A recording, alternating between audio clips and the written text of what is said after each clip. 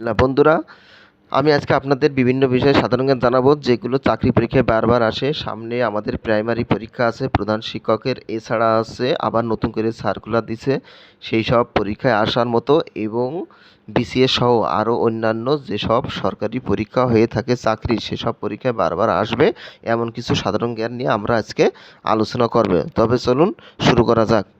প্রথমে হচ্ছে সুন্দরবনের কত ভাগ বাংলাদেশে অবস্থিত। সুন্দরবনের কত ভাগ বাংলাদেশে অবস্থিত আছে 60 ভাগ।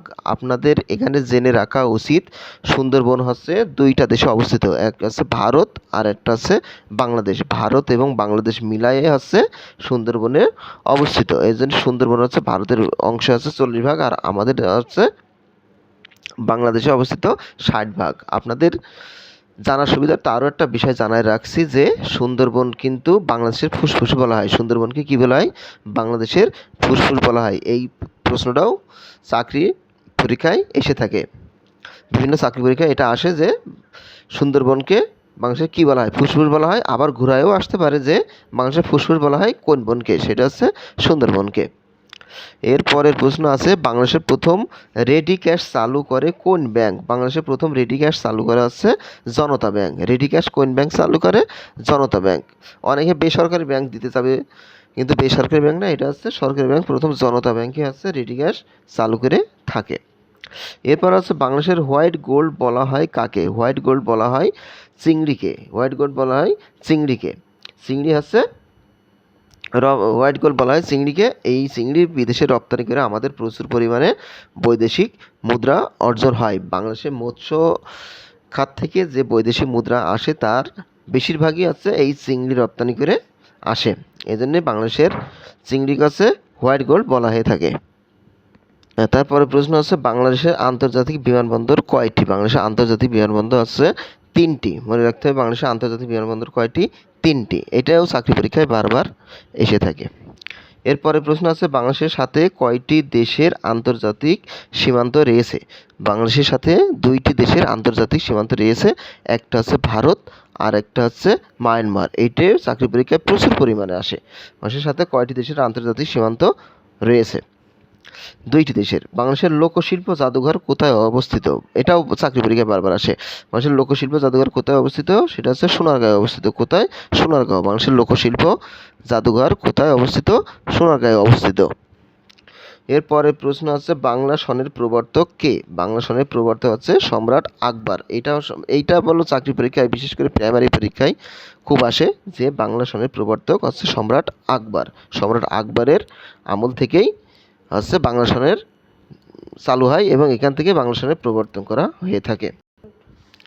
হ্যাঁ, তারপরে প্রশ্ন হচ্ছে, বাংলাদেশের প্রবেশদ্বার বলা হয় কোন স্থানকে? বাংলাদেশের প্রবেশদ্বার বলা হয় হচ্ছে চট্টগ্রামকে। চট্টগ্রামকে বাংলাদেশের প্রবেশদ্বার বলা হয়। এখানে চট্টগ্রামকে আরও এক নামে ডাকা হয়, সেটা হচ্ছে বাংলাদেশের বাণিজ্য নগরী। কিন্তু এই চট্টগ্রামকে বাংলাদেশের বাণিজ্য নগরও বলা হয়ে থাকে।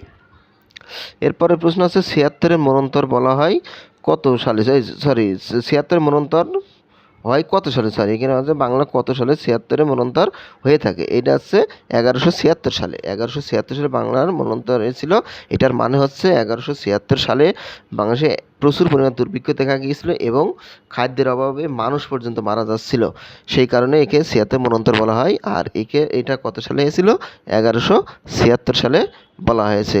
1176 সালে এটা সংগঠিত হয়েছিল। তারপরে প্রশ্ন হচ্ছে, বাংলাদেশের সীমান্তবর্তী ভারতের রাজ্য কতটি? বাংলাদেশের সীমান্তবর্তী ভারতের রাজ্য হচ্ছে 5টি। বাংলাদেশের সীমান্তবর্তী ভারতের রাজ্য কয়টি? 5টি। আমাদের যে 2টি দেশের সাথে সীমান্তবর্তী জেলা আছে সেটা হচ্ছে মায়ানমার আর ভারত। সবথেকে ভারতের সাথে আছে আমাদের বেশি সীমান্ত রাজ্য। বাংলাদেশের রাজনৈতিক সমুদ্র সীমা কত? রাজনৈতিক সমুদ্র সীমা হচ্ছে 12 নটিক্যাল মাইল। বাংলাদেশের রাজনৈতিক সমুদ্র সীমা কয়টা? 12 নটিক্যাল মাইল। এটা মনে রাখতে হবে যে বাংলাদেশের কত? 12 নটিক্যাল মাইল হচ্ছে সমুদ্র সীমা। তার প্রশ্ন হচ্ছে, গরম পানির ঝর্ণা অবস্থিত কোথায়? গরম পানির ঝর্ণা অবস্থিত হচ্ছে সীতাকুণ্ডে। কোথায় অবস্থিত? সীতাকুণ্ডে হচ্ছে গরম পানির ঝর্ণা অবস্থিত। এটাও চাকরি পরীক্ষায় বারবার আসে। তারপরে প্রশ্ন আছে, সোয়াচ অফ নো গ্রাউন্ড কোথায় অবস্থিত? সোয়াচ অফ নো গ্রাউন্ড কোথায় অবস্থিত? সেটা হচ্ছে বঙ্গোপসাগরে। বঙ্গোপসাগরে সোয়াচ অফ নো গ্রাউন্ড অবস্থিত। অনেকে সোয়াস অফ নো গ্রাউন্ড জেনে অন্যান্যতা দিতে চাবেন, কিন্তু না, আসলে সোয়াস অফ নো গ্রাউন্ড হচ্ছে বঙ্গোপসাগরে অবস্থিত। এরপরের প্রশ্ন হচ্ছে স্বাধীন বাংলা বেতার কেন্দ্র থেকে চরমপত্র পাঠ করতেন কে? স্বাধীন বাংলা বেতার কেন্দ্র থেকে চরমপত্র পাঠ করতেন এম আর আখতার মুকুল। কে পাঠ করতেন? এম আর আখতার মুকুল। ইনি হচ্ছে ঢাকাইয়া ভাষায় 1971 সালে এই চরমপত্র পাঠ করতেন। এম আর আখতার মুকুল হচ্ছে 1971 সালে ঢাকাইয়া ভাষায় চরমপত্র পাঠ করতেন। কোথা থেকে? স্বাধীন বাংলা বেতার কেন্দ্র থেকে। এটা প্রচুর পরিমাণে আসে চাকরি পরীক্ষায়, তাই এটা মনোযোগ সহকারে নামটা খেয়াল রাখবেন, এম আর আখতার মুকুল। এম আর আখতার মুকুল। তারপর হচ্ছে বাংলাদেশের দ্বীপের রানী বলা হয় কোন জেলাকে? বাংলাদেশের দ্বীপের রানী বলা হচ্ছে ভোলা জেলাকে। আপনাদের এখানে জানার সুবিধার্থে বলে রাখি যে এই ভোলা জেলায় হচ্ছে সব থেকে বেশি চর এবং দ্বীপ।